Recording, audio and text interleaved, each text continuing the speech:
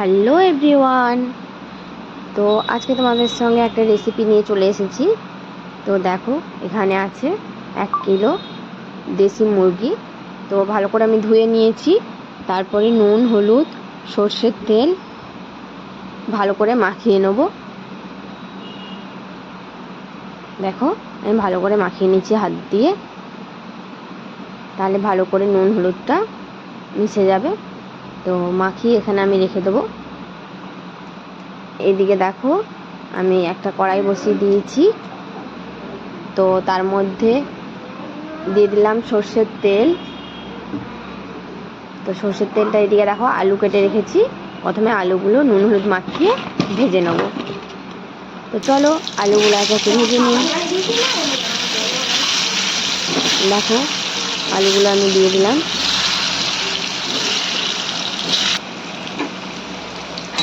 আলুগুলো দিয়ে একটু নেড়ে নিচ্ছি।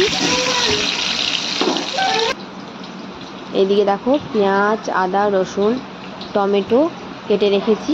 তো আদা রসুনটা পেস্ট করে নেব। এইদিকে দেখো, আলুগুলোও ভাজা হয়ে গেছে। আলুগুলো তুলে রেখে দেবো। এরপর কড়াইয়ে তেলের মধ্যে দিয়ে দিলাম আমি একটু তেলে চিনি দিই, তাহলে কালারটা ভালো আসে।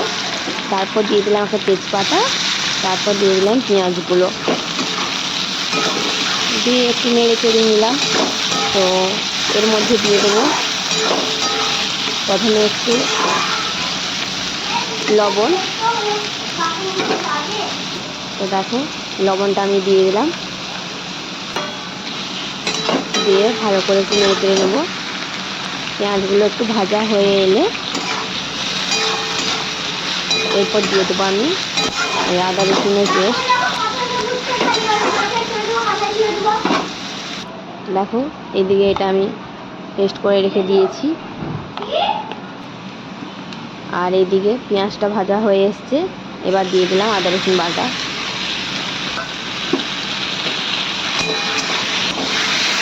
তো আদা রসুন বাটাটা দিয়ে ভালো করে নেড়ে চেড়ে নিলাম।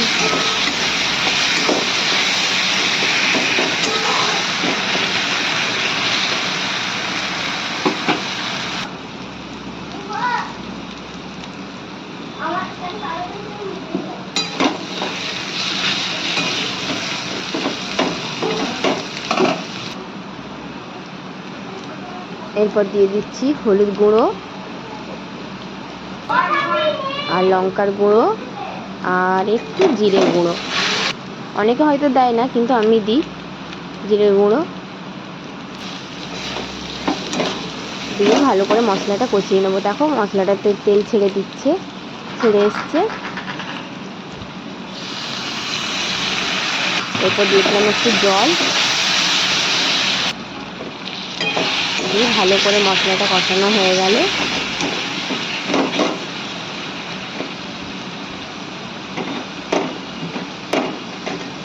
মশলাটা আমার ভালো করে কষানো হয়ে গেছে। কারণ মশলাটা একটু না ভালো কষালে একটু আদা রসুনের যে কাঁচা গন্ধ ওটা বেরিয়ে আসে। তার জন্য আমি একটু জল দিয়ে ভালো করে কষিয়ে নিলাম। এরপর দিয়ে দেবো এতে চিকেনটা দিয়ে দেবো। দিয়ে ভালো করে একটু নেড়ে চেড়ে নেবো।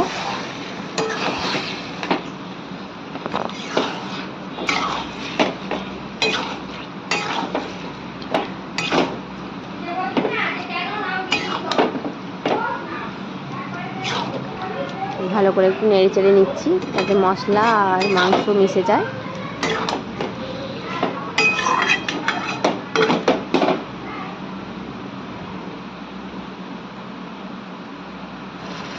তো দেখো, এদিকে মাংস কষানো হচ্ছে।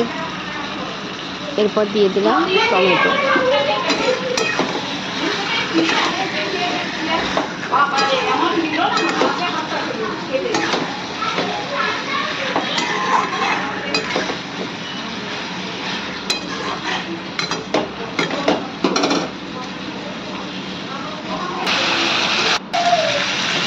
দেখো, এইদিকে মাংসটা কষানো হচ্ছে।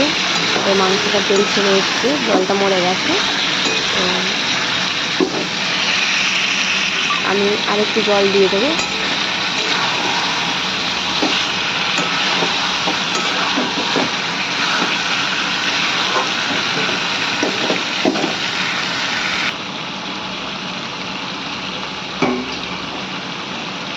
আর একটু জল দিয়ে আর একটু কিছুক্ষণ কষাতে থাকবো।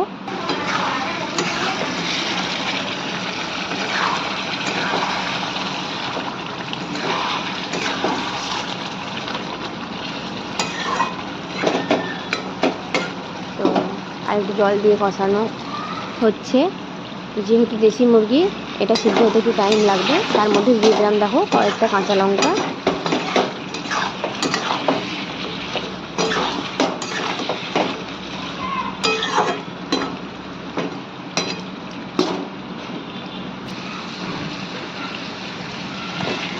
তারপর দিয়ে দিলাম আলুগুলো। তো আলুগুলো দিয়ে ভালো করে কষিয়ে নেব। একসঙ্গে নেড়ে চেড়ে নিচ্ছি আলুগুলোতেও যাতে মশলাগুলো ভালো করে ঢুকে যায়, তাই জন্য।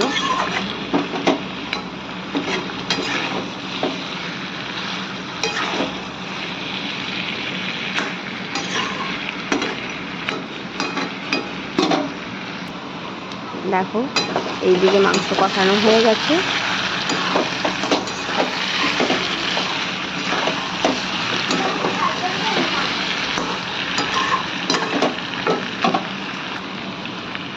এরপর দিয়ে দিলাম গরম জল করে রেখেছিলাম, গরম জলটা দিয়ে দিলাম।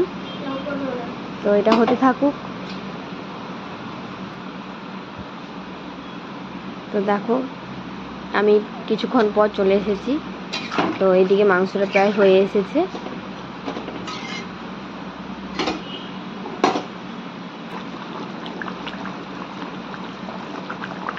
হয়ে গেছে মাংসটা, ভালোভাবে সিদ্ধ হয়ে গেছে। এরপর নামানোর আগে দিয়ে দিলাম গরম মশলার গুঁড়ো। তো দেখো এইদিকে আমার রান্না হয়ে গেছে।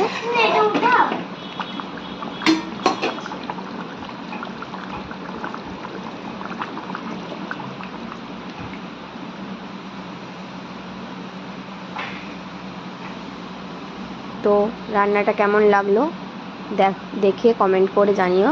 আর যদি ভালো লেগে থাকে একটা লাইক, কমেন্ট, চ্যানেলটিকে সাবস্ক্রাইব করে দেবেন। এইদিকে মেয়ের খাবারটাও বেড়ে নিয়েছি। তো চলো আমি মেয়েকে খাওয়াই। টাটা।